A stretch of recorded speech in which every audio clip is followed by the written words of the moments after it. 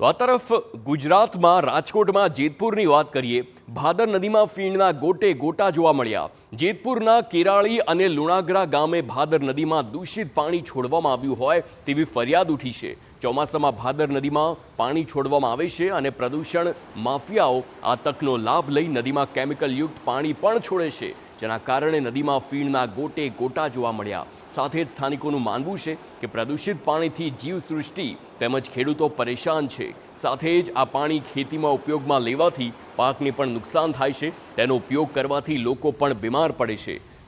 ત્યારે જો પશુઓ આ પાણીનો પીવામાં ઉપયોગ કરી લે તો તે પણ મોતને ભેટે છે, જેથી પ્રદૂષિત પાણી તાત્કાલિક બંધ કરવાની સ્થાનિકો અને ખેડૂતો માંગ કરી રહ્યા છે। આ પ્રશ્ન ઘણા વર્ષ થયા છે લાલ પાણીનો, આનો કોઈ સોલ્યુશન છે નહીં। આ વર્ષોથી રજૂઆત કરી પણ કોઈ અધિકારી આમાં કોઈ ધ્યાન દેતું નથી।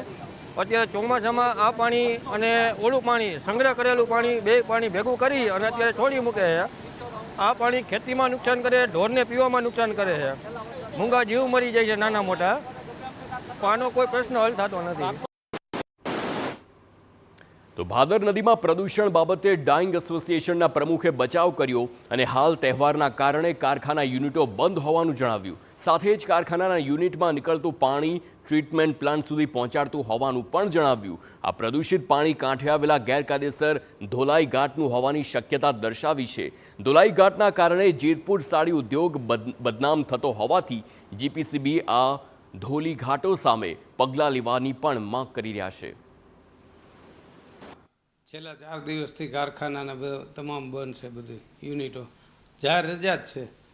અને બીજી વાત એ છે કે અમારું પાણી તો બધાને ખબર છે કે ટેન્કર દ્વારા જ અમારું પાણી જાય છે। ભાદરમાં એક ટીપું અમારું પાણી અત્યારે નથી જતું।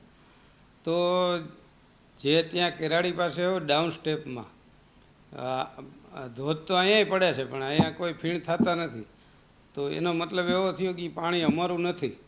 અને જો એ ડાઉન સ્ટેપમાં કેરાળીમાં ધોધની અંદર જો કેમિકલયુક્ત પાણી આવતું હોય તો એ નીચેના વિસ્તારની અંદર અલીગલ ઘાટ ધોલાઈ થાય છે અને અલીગલ યુનિટો ચાલે છે, એ લોકો પાણી છોડતા હોય।